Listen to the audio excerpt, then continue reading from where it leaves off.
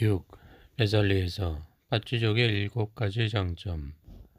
석존이 인멸하기 이전에 왕사성의 취봉에서 석존은 불교 승가의 장례를 예언하듯 이런 이야기를 하였다. 이 이야기의 동기는 마가다국의 아사세 왕이 석존에게 대신 박연하여 파치족의 정복 여부에 대해 묻는 데에서 시작된다. 파치족은 상업도시인 베살리에 도시국가를 건설하여 번영을 누리던 족이다. 마가다국의 아사세 왕은 이 파치족을 정복하면 겐지즈 강의 북한 일대에 광대한 지배권을 확립할 수 있었던 것이다. 당시 발전의 길을 걸어온 마가다국의 입장에서는 파치족 정복은 반드시 해야 할 전쟁이었다. 그 시기가 지금 적당한지 아사세 왕도 자신하지 못했다. 그래서 석존의 판단을 청한 것이다. 아사세 왕은 석존으로부터 파치족의 동태에 관한 정보를 얻으려는 속셈이었을 수도 있다. 데살리 지방에도 많은 비구비구니가 있었기 때문에 그들을 통해 정보가 들어오고 있었을 것이라 믿었던 것이다. 그러나 석존은 정치 문제에는 관심이 없었다. 석존은 석가국의 태자였다. 29세의 나이로 출가하기까지 태자의 지위에 있었다. 보왕을 보필하면서 정치에 관여했다. 따라서 석존은 마가다국의 대신에게 간접적으로 이런 충고를 해주었다. 석존은 대신을 보지도 않고 등 뒤에서 그에게 부채질을 해주고 있던 시자 아난에게 물었다. 아난아, 너는 파치족 사람들은 자주 회의를 열고 그 회의에 많은 사람들이 참석한다는 것을 들은 적이 있느냐? 예. 파치족은 서로 힘을 모아 행동한다는 것을 들은 적이 있느냐? 예. 석존은 파치족에게는 7가지 장점이 있다고 하는데 그 장점을 살리는 한 파치족은 쇠망하지 않을 것이라고 하였다. 첫째, 자주 회의를 열며 사람들이 참석한다. 둘째, 힘을 모이고 행동한다. 셋째, 제정되지 않은 법률은 정하지 않고 제정되어 있는 법률은 깨뜨리지 않는다. 넷째, 노인을 공경하고 존경한다. 다섯째, 양가의 자녀를 폭력으로서 구속하지 않는다. 여섯째, 조상의 훈령을 숭배한다. 일곱째, 아라한을 존중한다. 석존은 아난과의 문답을 통해 아사세 왕의 사자에게 파치족을 침공하는 것이 어리석다고 충고했던 것이다. 대신은 석존의 뜻을 이해하고 떠났다. 이런 방법으로 석존은 마가다국에게 조언을 해주었던 것이다. 교단 운영에 관한 석존의 말씀. 그러나 불전에 이러한 내용이 기록되게 된 데는 또 하나의 이유가 있다. 그것은 석존이 파치족의 존립 방식을 말했지만 다른 한편으로 불가승단의 존립 방식을 염두에 두었던 것이다. 그래야 대신이 떠난 다음 석존은 아난에게 명해 그때 왕사성에 머물고 있던 모든 수행승을 소집하게 했다. 그리고 훈시했다.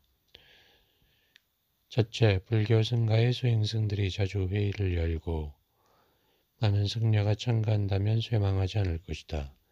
둘째, 서로 협동하고 힘을 모으면 쇠망하지 않을 것이다. 셋째, 수행자들이 후세에 이르기까지 지금 제정하지 않은 것은 정하지 않고 이미 제정된 것은 깨뜨리지 않으면 쇠망하지 않을 것이다. 넷째, 승가의 장로, 선사, 도사를 존경하면 쇠망하지 않을 것이다. 다섯째, 욕망이 생기더라도 사로잡히지 않으려고 노력하면 쇠망하지 않을 것이다. 여섯째, 수행자가 마을에서 떨어진 산림에 머물기를 좋아하고 국왕이나 대신의 주변에 가지 않는다면 쇠망하지 않을 것이다. 일곱째, 수행자 한 사람 한 사람이 수행에 전념하며 그것을 보고서 훌륭한 도반이 모여들고 도반이 승가에 머물게 한다면 쇠망하지 않을 것이다. 이상이 석존께서 설하신 내용이다. 자신이 인멸한 다음에 불교 교단의 운영에 대해 미리 훈계하였던 것이다. 취지는 한마디로 승가를 합의체로 운영하라는 것이었다.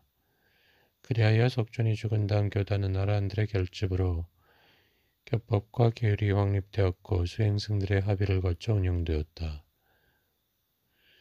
불교 교단의 아킬레스건. 그러나 현실적 문제로서 불교 승가는 분열한다. 이유는 분명하지만 유감스러운 것이었다. 석존이 창설한 승가가 언제까지나 존속하기를 희망했을 것이다. 그러나 분열은 불가피했다. 석존 자신도 세상의 무성함을 설명했다.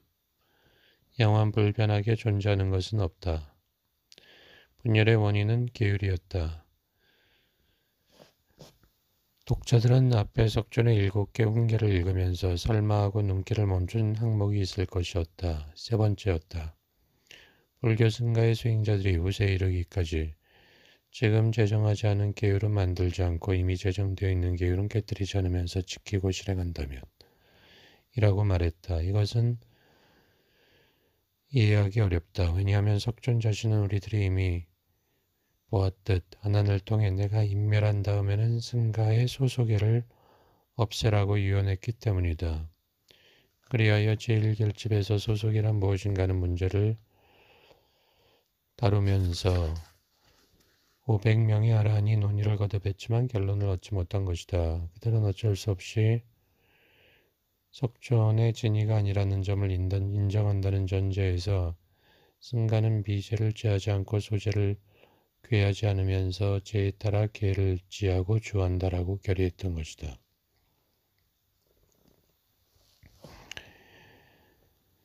나의 의도를 알아차렸을 것이다. 영취산에서 석존이 설한 7항목의 훈계는 제1결집의 결의에 기초하여 구성되어 있다. 그리고 이 계율에 관한 훈계의 법은 석존의 진위와는 다른 듯하다.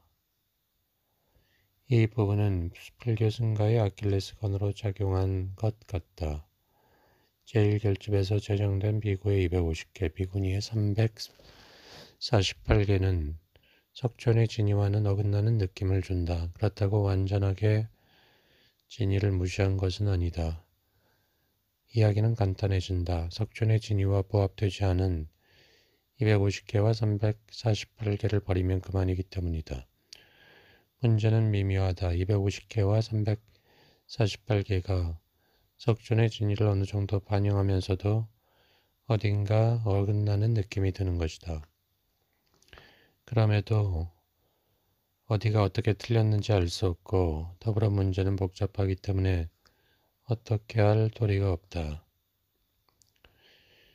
10가지 조항, 장소는 베살리, 주인공은 야사라고 불리는 비구다.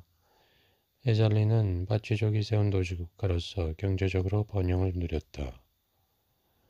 석존은 이곳을 방문하여 안거를 했다. 석존의 마지막 안거도 이곳에서였다. 이런 지방에 야사라는 비구가 찾아왔다. 불멸 후 100년경이다. 야사는 고산비국 사람이다. 고산비는 서쪽에 있고 베살리는 동쪽에 있다. 서방 야사가 동방 불교 거점인 베살리에 온 것이다. 베살리에 오자마자 그는 놀라운 광경을 보았다. 베살리의 비구들이 계율을 왜곡시켜 실천하고 있는 것이었다. 그리하여 야사는 계율 위반에 대해 지적해야 할 점을 10조항으로 열거했다. 이것이 14이다. 1. 얌정 2. 이지정 3. 쥐락한정 4. 주처정 5. 수의정 6. 구주정 7. 생화합정 8. 수정 9. 불릭 루니사 단정 10. 금은정. 이 10조의 쟁점은 잘 알려져 있지 않다. 정이라는 말은 죄가 되지 않는다고 하는 의미이다. 죄가 안 된다는 말은 뒤집어 말하면 죄가 되는 것을 상정하고 있다는 얘기다. 어떤 행위가 죄가 되는 것은 분명하지만 죄가 되지 않을 수 있다는 말이다. 이런 설명을 하기보다는 예를 드는 편이 쉬울 것이다. 괴생종계의 예를 들어보자. 이것은 초목에도 생명이 있다고 하여 죽이는 것을 금하는 것이다.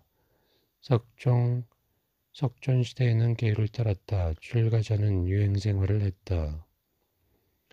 그러나 석존 시대 이후 시간이 흐름에 따라 불교 승가의 방식도 변화했다. 제가 신자들이 승가의 농진하산을 기증함으로써 승가는 이것을 관리해야 했다.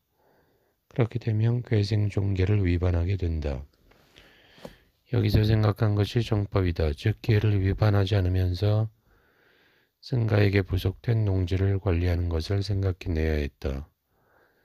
그것은 바로 제가 신자들에게 관리를 부탁하는 것이었다. 이 경우에는 제가 신자가 정인이 된다. 이러한 정인에 의해 계를 범하지 않는 방법이 정법이다.